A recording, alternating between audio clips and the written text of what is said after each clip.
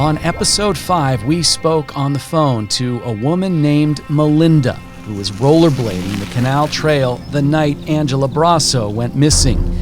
She described being watched by a man on a bicycle with a backpack, who she says would then come up behind people on his bike. She remembered passing Angela on the trail as Angela was riding her bike in the opposite direction. Melinda's detailed encounter of what happened has left her with trauma for decades. She shared her story with both detectives and the Maricopa County Attorney's Office. I looked in my rear view, seeing what I thought was a cross. But a homicide of that nature is not one and done. Oh my God, that is him. I think he's a mass murderer. And if they can tie him to other homicides, I wouldn't be surprised. This is True Crime Arizona, The Zombie Hunter. Melinda wasn't the only one to reach out to us about the zombie hunter since we first started this podcast season. We have gotten messages, emails, and social media comments about him too. Namely, people who lived in the area, covered events he was at in his zombie hunter costume, or who went to a Mennonite church with him. To better understand his interactions with people in the community, we interviewed them.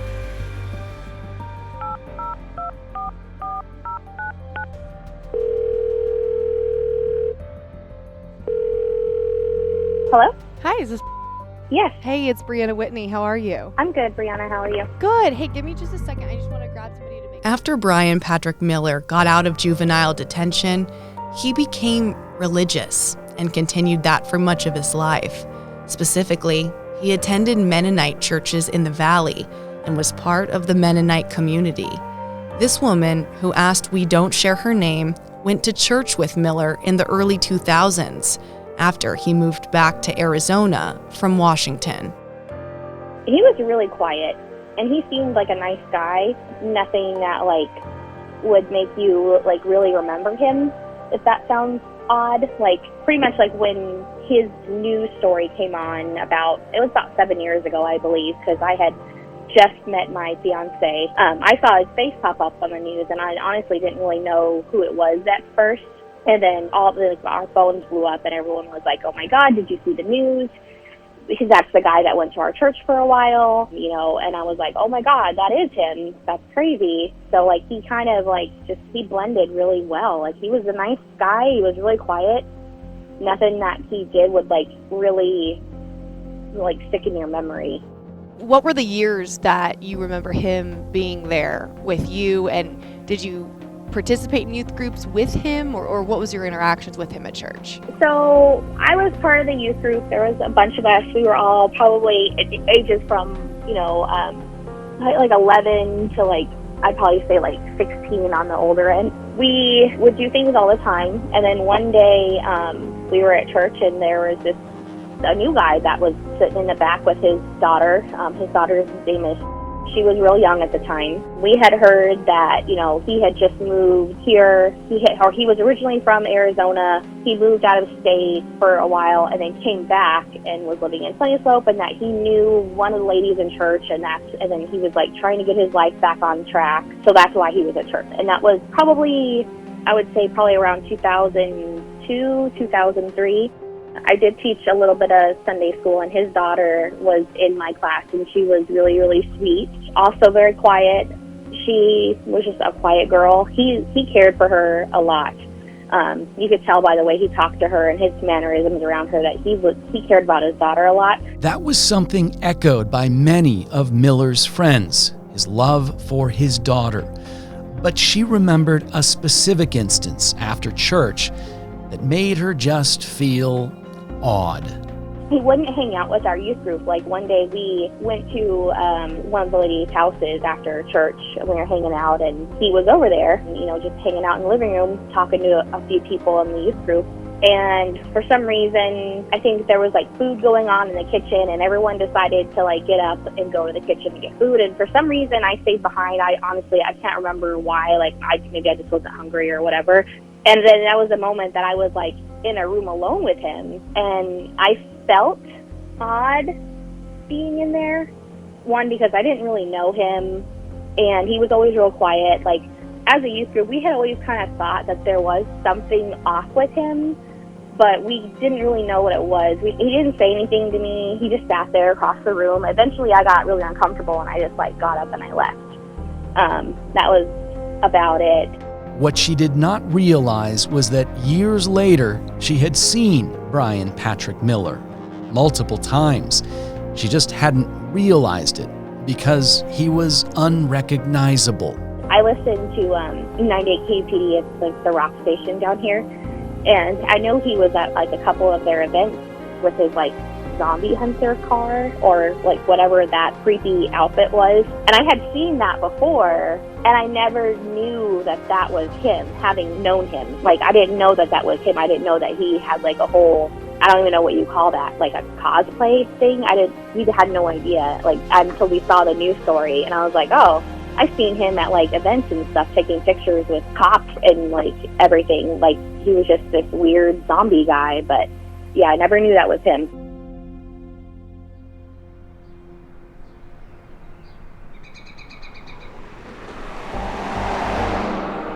Tiffany Levi and her family lived on the same street as Bryan Patrick Miller before he was arrested.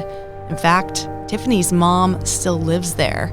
They would see Miller out on his driveway. He was never really outside other than working on his car. You saw him work on it a lot? Quite a bit, yeah. He was in the trunk underneath it, working on the lights, stuff like that. He had that zombie car parked out there, green and orange headlights and everything. He was always out there working on it. That's the most I really saw of him.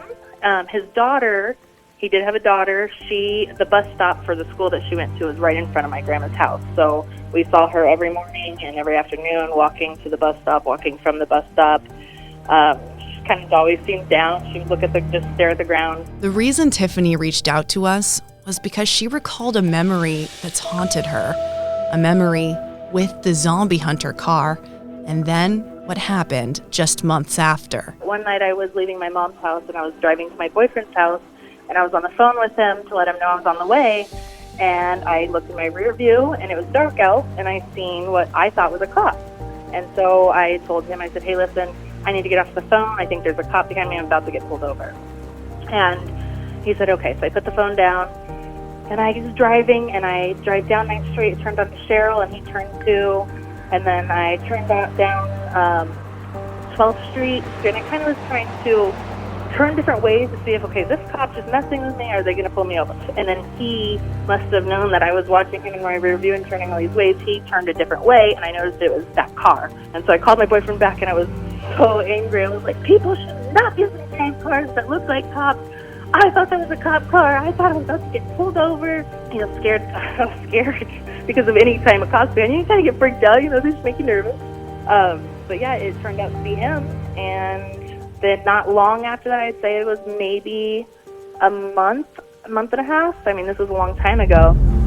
Bryan Patrick Miller was arrested this week and charged with 2 grisly... And I came home one day, and there was cop cars, black SUVs, everything all at that house. And I was like, whoa, something's going down. I wonder if it's a drug house. I didn't know which house I think it was at that time, where they were. I don't know if they were all inside or something. I just seen all the cars. So we didn't know what was going on until later on in the afternoon. Undercover Phoenix police detectives were able to obtain a DNA sample from the suspect just last week. Once we got that DNA sample from the suspect, that sample was analyzed by our crime lab, and within literally hours, we had a hit from those 2 murders, scientifically linking him by DNA to those 2 murders over 20 years ago.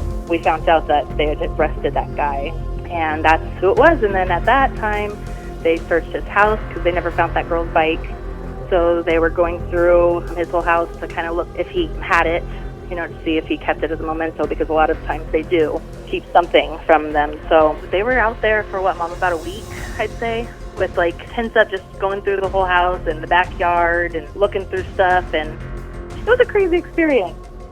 It just opens your eyes. You don't know who you live near. I think God to say that I noticed that he was following me, and nothing came of it, because who knows what he was doing and why he was following me. I'd never forget that night. The day of Bryan Patrick Miller's arrest stuck out to somebody else as well. Somebody Brianna and I know well because we work with him.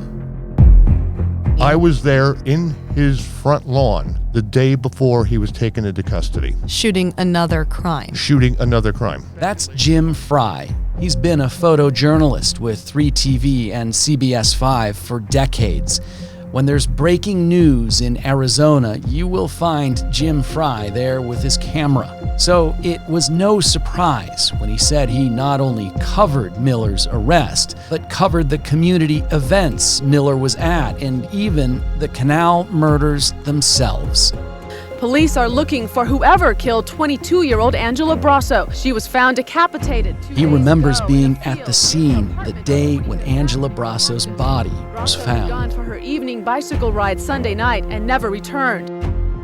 We were friendly with the PIO at the time, but that was completely different that day because it was very tight-lipped. We were corralled. Let us just say it just felt a bit different, and it also felt like it was a very, very serious homicide. It just was a very cold atmosphere when we were being handled by the public information officer. When did that change and you learned more? It was about a couple of days later where we found a couple of more details out. First and foremost, that she was indeed decapitated. Fry's memory is uncanny and always has been. He remembered what unfolded next, interaction with the man who found Angela Brasso's head. There was this guy who was, believe it or not, fishing at the Grand Canal behind what is the old Metro Center. And he was very close to the bridge that goes over the canal on I-17. And at that section of the canal, lack of a better term, the flowing water creates this eddy that will actually trap garbage and whatever up against the side of the canal. And he discovered Angela Brasso's head. Gentleman that is usually fishing at the canal there drove by on his bicycle and he thought he saw a head there that everybody was looking for. But we decided to go take a look, see if it was really the head. We went over there and from a distance it didn't look real. But when we went down the steps, took a better look at it, real close-up look, and it was the head. Later on that day, we found out that the gentleman who had located the head, and I was sent to go and interview him by myself. It turns out that the gentleman was in a kind of a seedy bar in the west side of town, and he was basically drinking his sorrows all afternoon.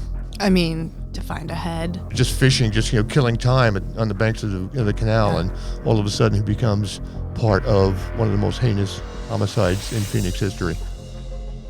In between the time of the canal murders and Miller's arrest, Fry would cover thousands of other stories. Some of those were community events where he talked to Miller himself, but it was for something fun. You knew who Bryan Patrick Miller was. I want you to explain your contact and run-ins with him prior to his arrest. Prior to his arrest, for people not familiar with it, there was an annual zombie walk in downtown Phoenix. We're talking 30,000 people. Dressed as zombies. Dressed as zombies. I mean, it was one of the most enjoyable events in downtown Phoenix. It was so much fun. Part of the group that kind of orchestrated things, kept people in line, was Bryan Patrick Miller and his friends. He drove around in a former police car, make and model, of course, escapes me right now, and on it was painted Zombie Hunter.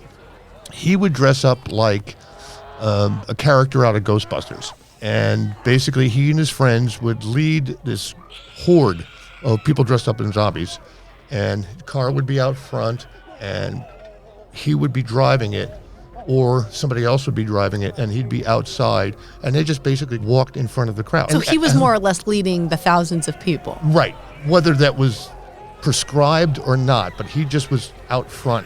And of course they had all these fake weapons that made noises and lit up and all this kind of stuff and pretended to, shoot and kill zombies as they marched. And I actually had talked to him on one or two occasions during the zombie walk. What was that like? He just was, I mean, I just describe him as just, you're a big nerd. You're an adult and you're dressed up like this, and, so that's all I wrote him off as. It's just one big nerd. Not long after that, things turned eerie for Jim Fry. He was at a breaking news story, which was nothing out of the ordinary. But on this night in January of 2015, he didn't realize just how bizarre things would seem and how they'd unfold with Bryan Patrick Miller. Now, this is where it gets even stranger for me personally. I was there in his front lawn the day before he was taken into custody. Shooting another crime. I was by myself covering, unfortunately, it was a fatal car pedestrian accident, and the driver had taken off. So I'm standing in the lawn in his house in Sunny Slope, and guess what's behind me? I am standing in front of the zombie hunter car. And at some point in time, he gets out of the house, gets into his zombie hunter car, and just drives off. You didn't know he lived there at the time? I had no idea he lived there at the time. He was taken into custody the following morning. After you were there? After I was there. That's odd and eerie. Yes. And the thing is, I always speculated in my head that he was, of course, under surveillance. And because of all the police activity out front, I think that hastened his arrest. So did you go back out then to his house for the arrest? Yes. What was that like? It was a scavenger hunt. Literally his garage/storage shed. Again, he was a hoarder. He was a hoarder. And that's when I found out through someone I have an acquaintance with in the Phoenix Police Department that's where the trophy bicycle was. As it stands now, Miller is charged with the murders of Angela Brasso and Melanie Burness. But in episode 4, we told you about the disappearance of Brandy Myers and how Phoenix police believe Miller is responsible for her death too. And there is the possibility of other victims. The other cases which they think he might be involved in, which I truly believe he is. Do you think he's connected to others? Yes, absolutely. That homicide, again, I'm not a homicide detective, but a homicide of that nature is not one and done. I have reason to believe that he has involvement in a few others. And you've covered things like this in news as a photojournalist for decades. Decades. So you've seen things like this play out. Right. Although this is a very bizarre case. Right. In other words, it was not a spree killing. I mean, it was... I think he's a mass murderer. And if they can tie him to other homicides, I wouldn't be surprised.